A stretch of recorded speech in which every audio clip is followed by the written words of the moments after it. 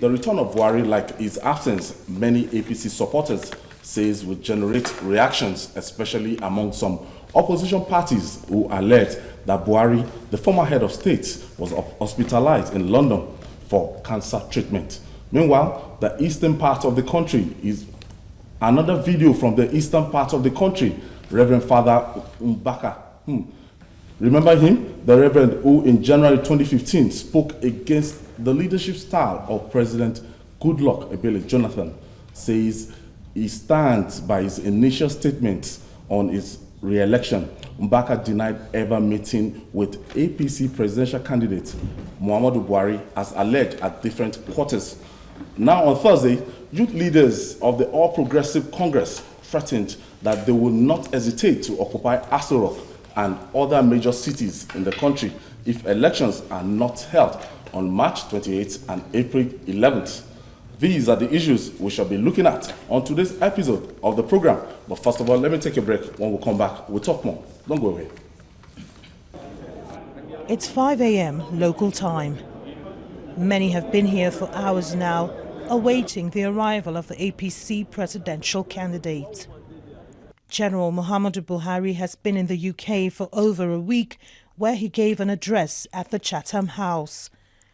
His arrival is crucial to his supporters and party members who are hoping to intensify their campaigns. Security officials have been on high alert, and newsmen also wait patiently. At about 6:30 a.m., the APC presidential candidate came out surrounded by a crowd of party faithfuls. The state of his health had been a contentious issue, with many saying that it was the reason for his recent travel. But here's what he had to say. What's wrong for me go to hospital? Am I not here now? Aren't you seeing me? Have you seen a sick man? But I went to Chatham House. I read an address and I was approaching an answer session, which you as a pressman ought to know. He was also quick to respond to concerns that his trip may have caused a setback to the party's campaign. One man doesn't make a party. A party, don't forget that we are a number of opposition parties that come together to form APC. So no one man is the party. This party belongs to all the parties that come together. With Buhari's return, the party and their supporters are hoping to swing into action and intensify their campaigns for the March 28th presidential election. Kelechi Emekalam, TVC News, Abuja.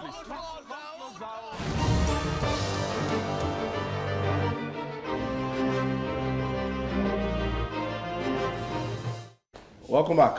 The arrival of General Muhammadu Buhari, the candidate of the All Progressive Congress, earlier today at the Nnamdi Azikiwe International Airport in Abuja. I have in the studio Tokumbo Ojakule. Tokumbo. Hi, Ayo. Thanks for having me. And making a second appearance at DBC Olumide Ajayi. Evening, Ayo. And Babajide Kolade Otitoju, the big boss himself. Good evening, viewers.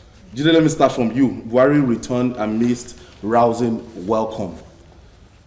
The arrival of General Muhammadu Buhari, how will this impact on the campaign of the All Progressive Congress? Yes, it definitely will ramp up the enthusiasm and the pace. It will make the campaign to gather steam at this time because he is the focal point of the campaign. He is the standard bearer of the party. Everything revolves around General Buhari. He is the reason why the party thinks it can win this election. No doubt about it. He is extremely popular. If the APC is popular today, it is because of General Muhammadu Buhari.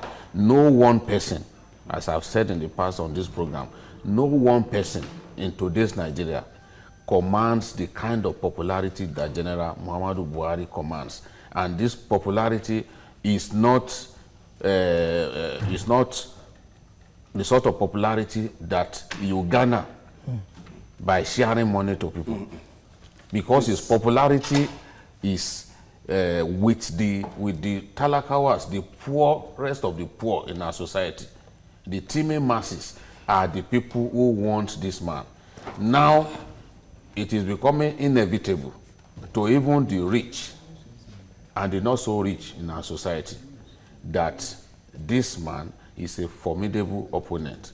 And I have seen in the last few months that many people that I thought naturally would not want to support General Buhari are beginning to support him now. Many people who didn't support him many years ago are beginning to support him now. He is such a formidable character, and he has shown that he's ready for the battle.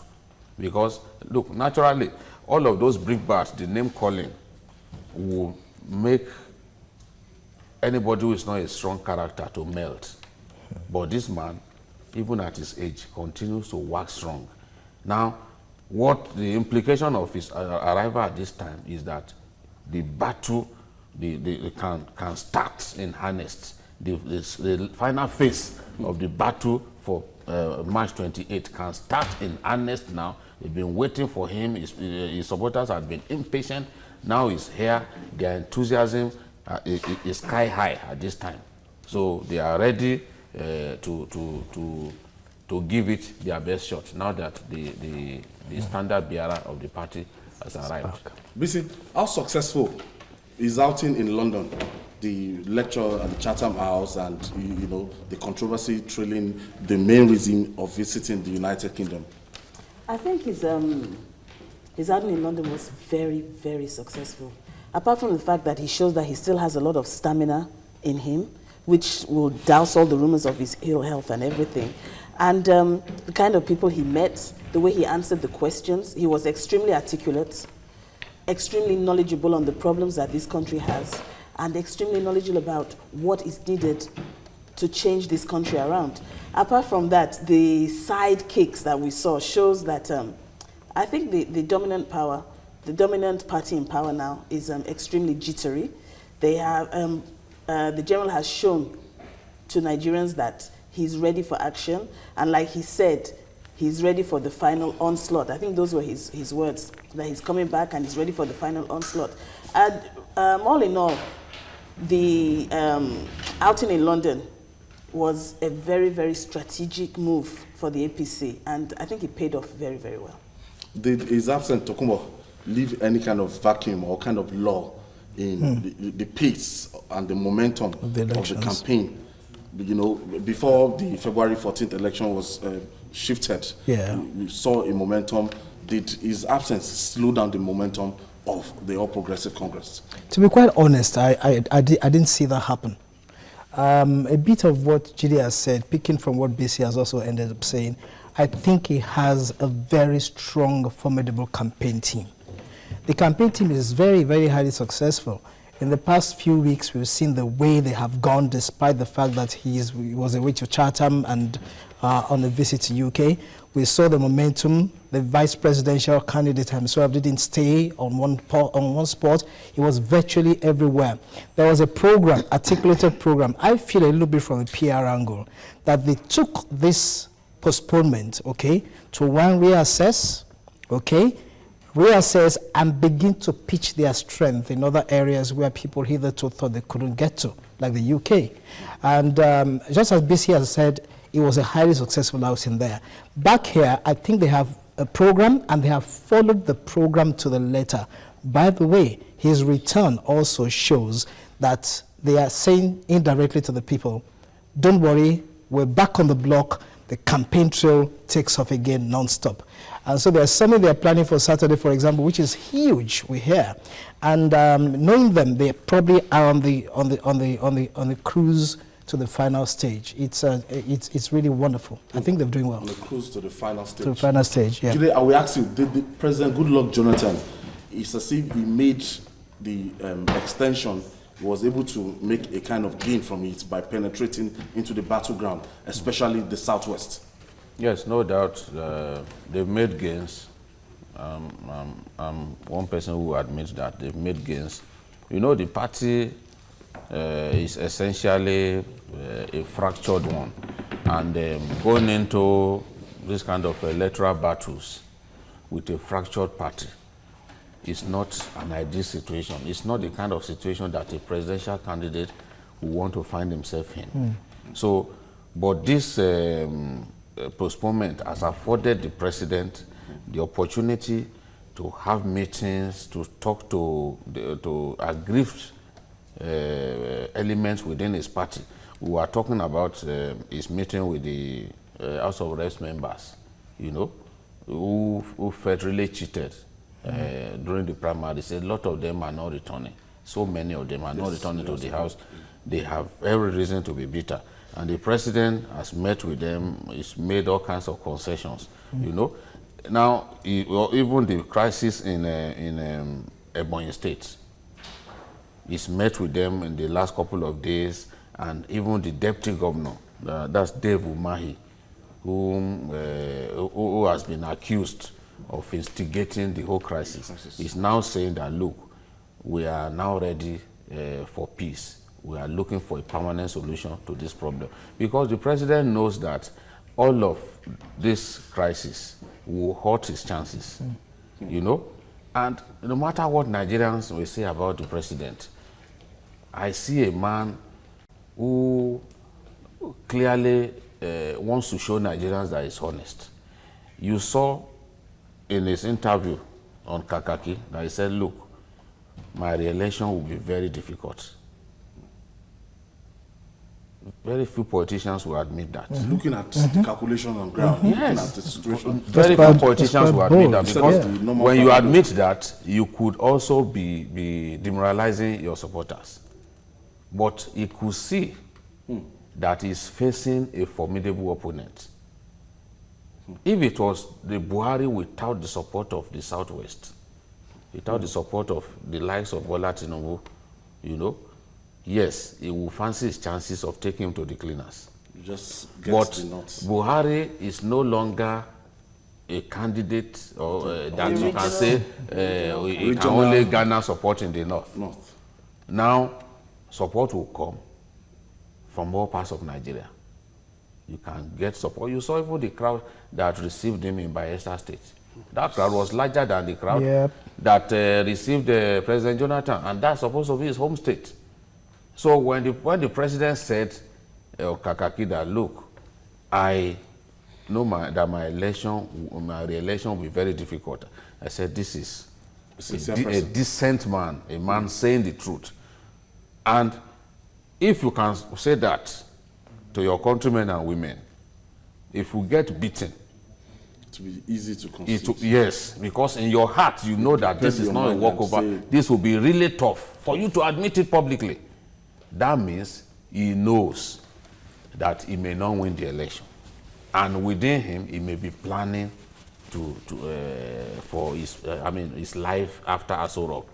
Of course, some of the people around him will be telling him, no, you know, when you are a politician, the people surround you will never tell you the truth because of their own selfish interests. They may be telling him, no, we can win. Don't worry, even if we'll win the whole of the Southwest. I heard the governor of Jigawa State saying that the Southwest will not vote for Buhari. And I said, well, how is since he appears, Sule Lamido appears to be an expert in Southwest politics, more than even some of us who are here. So we wait to see what will happen. But the reality is, this is a contest that will be very interesting. Nobody can win with a landslide. I've been repeating it because I'm sure nobody can win this election with a landslide. It's going to be close. It's going to be close. All the polling organizations, even in the US and the UK that I know, that is what they are saying. That this is an election like no other election in the history of Nigeria. And if the presidential election is going to be close, it's going to be really, really close. BC, what has changed from 2011 to 2015? Especially the same candidates, two frontline candidates, President Philip Jonathan and General Muhammadu Buhari for now for APC, not CPC again. Well, I think firstly, Buhari coming on board, joining APC, has done him a lot of good. It's made him more of a region of a president for the whole country rather than just for the north. And that's really helped him a lot. Yeah, the merger helped a lot. And then the fact that he's been able to project his ideas across I think the last time around, his agenda wasn't too clear-cut. He didn't even campaign all over the country. Yeah. But this time around, he specifically his told us... felt in the South. Yes. But this time around, he's told us exactly what he's going to do and even how he intends to go about it. I mean, that's the big difference. For the PDP, I want to say that I think clearly they weren't expecting this. So they didn't really plan towards telling us exactly what they want to do. And that's the big difference. Nigerians want to know what the president or what the party is going to do for them when it comes into power. Since APC has brought out a clear-cut agenda and PDP is still skirting a bit around the edges, that's going to be the deciding factor. I'm talking about, I'll put the same question to you. I agree, total. The thing is this, I think, honestly, she just hit it.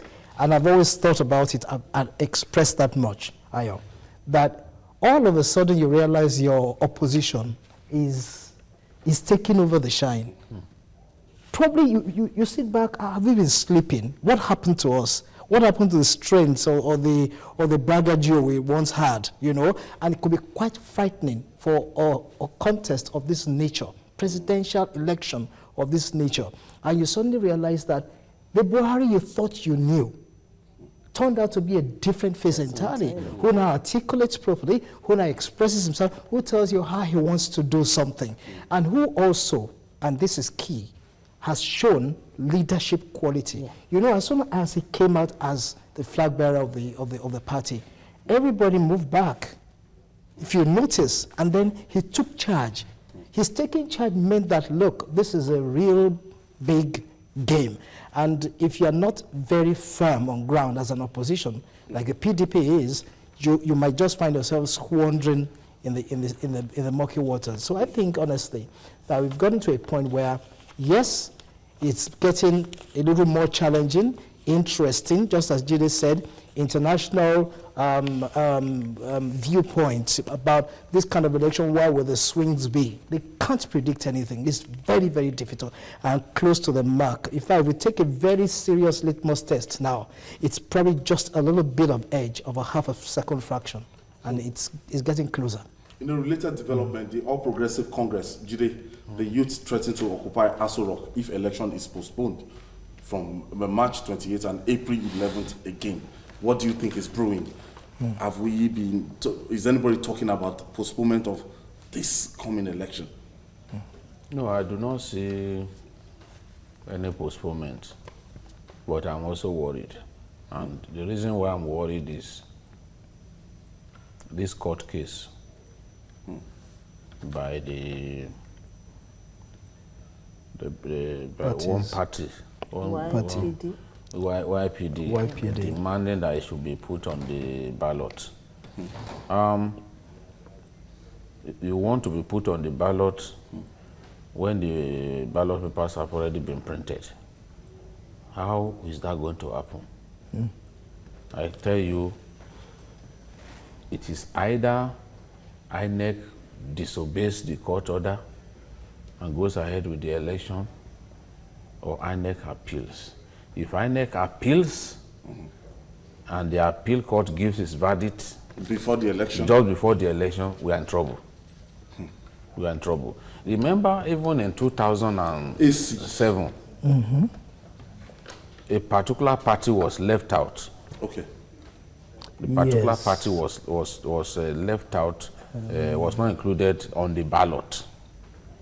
And that election, that particular election, I don't remember that state now. That particular election was cancelled. I don't know if Tokes remembers. Yes, I know that particular election was cancelled. I know that Atiku Abubakar's name was included in the ballot last minute. Last minute. Before the election. Yes. Last minute. Yes, because he won the case. Obasanjo did everything possible to frustrate him, to make sure that he was not on the ballot. He won that case. But I'm talking about a particular party that was not on the ballot. And they went to court. And that election was cancelled just because of that. You know, the court will go to any length to affirm the rights of an applicant, which is what has happened. So if INEC took it upon itself not to register a party, you know, this INEC that some Nigerians are drooling over, almost didn't register the APC. Yes. We had a, yes, true. Identity didn't want to yes, register the identity APC. thing, yes. But the APC went ahead to say, well, by law, if we have existed for this number of days, then we'll see ourselves as having been registered, because at that point, the INEC cannot now say that this party, after the merger has been consummated, that this party does not exist. You know, it's a good thing, the case that Gani Fawemi won. Yes. That INEC has no right to be disqualifying parties to say, no, we don't want this party. Because Obasanjo was also using that as a terror weapon. If Obasanjo does not like the people behind the party doesn't come. and of course the kind of INEC leaders that we had in the past, you know, were people that that Obasanjo had so much control over. So if he didn't like you, your party will not be registered. So Gani went to court and he won. That's why all these mushroom parties causing so much problem, trying to engineer postponement and all that. That's why today they can rear their heads. It's good that we have them. It's good. Even threatening boycotts. Yes, it's good. It's good that parties. It's good that parties, you know, can be registered. The law is good.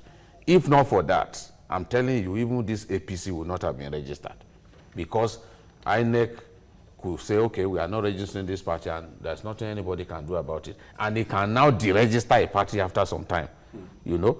So, but the APC said, and I remember Alhaji Lai Mohammed said, well, if we have served notice on you to register us for so long, you've done nothing about it, but after this length of time, we will see ourselves as having been registered, you know. So that was what happened. So INEC was not really excited about registering the APC. I remember very, very well.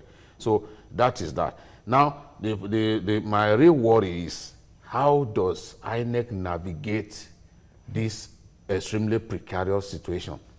Does it, will it be right for it to say, okay, I disobey this court order? You know, because in any case, this is an insignificant party trying to cause so much problem in our land, you know. So, but will it be right to disobey the court? Then secondly, will it be right for INEC to appeal? If INEC appeals and the hearing comes so close to the election, and the judgment does not favor INEC, what do we do? That's why some people think that postponement can still take place. I wanted to chip in. You did that. I'm looking at, I think it's an high court that gave the verdict now. So if INEC should appeal, I don't know what the law will say, to go to the Court of Appeal.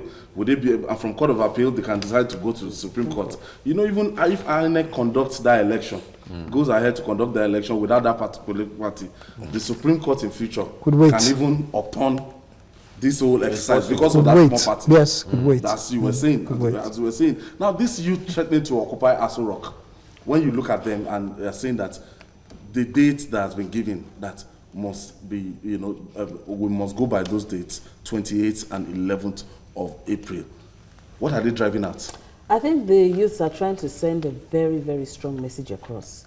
Firstly, that under no circumstances is anybody going to take this election being postponed again. Not only APC youths, but Nigerian citizens as a whole. And I think it's about time that we started taking our election dates as yes, seriously, sanctity. Like in America, you know the date the election is going to hold, and nothing whatsoever changes those dates. Nothing. Even if there's some kind of commotion in a part of the state, it doesn't stop. And I personally, yes, don't see any reason why 14 local governments can hold 774 local governments to ransom. So I'm not too conversant about the party that wants to take INEC to court, but I don't think it will flow. I don't think it will flow. Do you know, Abi, talks, how can INEC navigate out of this situation, the scenario painted by DJ? It's rather confused. It's getting, I get more confused every time I think about it. And I must tell you this, I run away from issues when it gets to that point. I'm afraid to think, almost like saying it could be blasphemous of me to express that fear. But it's hitting us high on the head. It's possible. Because think about it. The reasons or the example Jide has given, taking us way back, and the fact that we all know what the law courts can do. I'll go way further back, during the UPN and NPN days, okay? There was a court scenario. There was a big problem at the end of the day, that Nigerians had to wait for 12 to 3rd to be finally decided by the Supreme Court. And we were counting down, what are these people doing? What are these people doing? So I think it's all about the courts, really, and respect to all our judges and all to be ready. Now he pointed out something which is quite interesting. A small, tiny, supposedly insignificant party could hold the whole nation to ransom. So the question is, after holding the whole nation to ransom, okay, put the name of the party there, put the emblem of the party, let everybody, we now do all the wahala there. And these people just know that they are just about 1,000 and a few people back in it, but they are still cost something. Now, I remember also, I do not have proof, but there's always this idea we grew up from school that says that mushroom political parties usually have their tentacles stretching out into and around the bigger and larger parties. It is unwritten, it is unspoken, but usually it's always inferred and understood.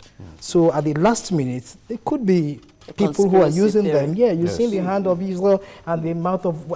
things are just a little bit discordant. So to me, I think that it is a very big cause for worry.